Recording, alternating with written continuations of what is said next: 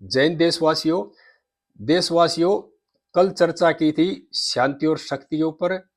आज इसी विषय पर थोड़ा सा और विस्तार से चर्चा करते हैं।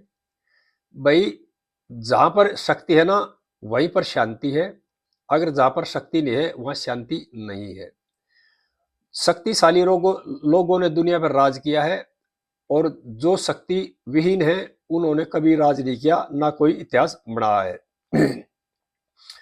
जो अब ये 3 साल से रशिया और यूक्रेन का युद्ध चल रहा है, इस युद्ध का नतीजा भी शक्ति को कायम करना ही था। दो राष्ट्र अपनी अपनी शक्ति कायम करना चाह रहे थे यहां पर, और इसी का नतीजा यह हुआ कि यूक्रेन और रूस के युद्ध का जन्म हुआ, और 3 साल से यह युद्ध चल रहा है, और इसमें लाखों जाने की है दोनों तरफ से, और काफी संपत्ति का भी नुकसान हुआ है। अब शक्तिशाली लोगों ने इस युद्ध को समाप्त करना सोची, और इसी विषय को लेकर के अमेरिका के राष्ट्रपति ट्रंप ने यूक्रेन के राष्ट्रपति जेलेंस्की को अपने घर पे बुलाया, और इस युद्ध को खत्म करने के लिए मीटिंग करी।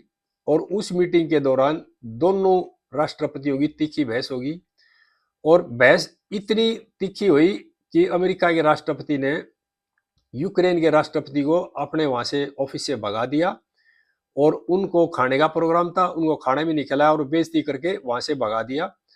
और अमेरिका के विदेश मंत्री ने यूक्रेन और उसके सभी लोगों को कह दिया, तुरंत यहाँ से ऑफिस खाली कर दो, छोड़ जाओ जगह, और वहां से देश से वो रात को ही निकाल दिए।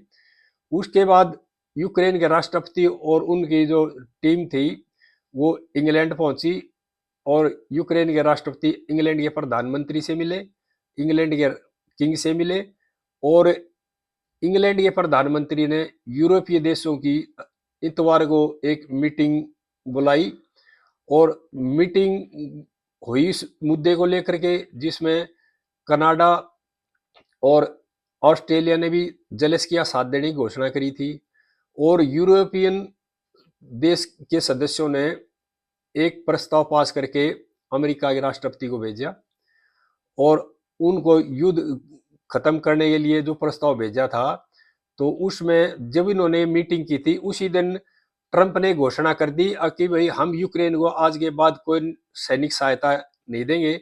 एक तरफ तो यूरोपियन देश सारे मिलकर के जेलेंस्की की मदद के लिए मीटिंग कर रहे हैं, उसका सहयोग कर रहे हैं, ये कर रहे हैं हम जेलेंस्की के साथ खड़े हैं, और उसी दिन शक्तिशाली राष्ट्र का राष्ट्रपति ट्रंप ये घोषणा कर रहा कि आज के बाद हम यूक्रेन को कोई सैन्य सहायता नहीं देंगे। उसका नतीजा क्या हुआ कि यूरोपियन सारे देश इकट्ठे हुए, प्रस्ताव भेजागा, लेकिन उनकी कुछ नहीं मानी की, कोई बात नहीं चली उनकी। चली किसमें की? राष्ट्र में राष्ट्रपति ट्रंप की, क्योंकि शक्तिशाली कौन है? राष्ट्रपति ट्रंप, और अमेरिका शक्तिशाली है।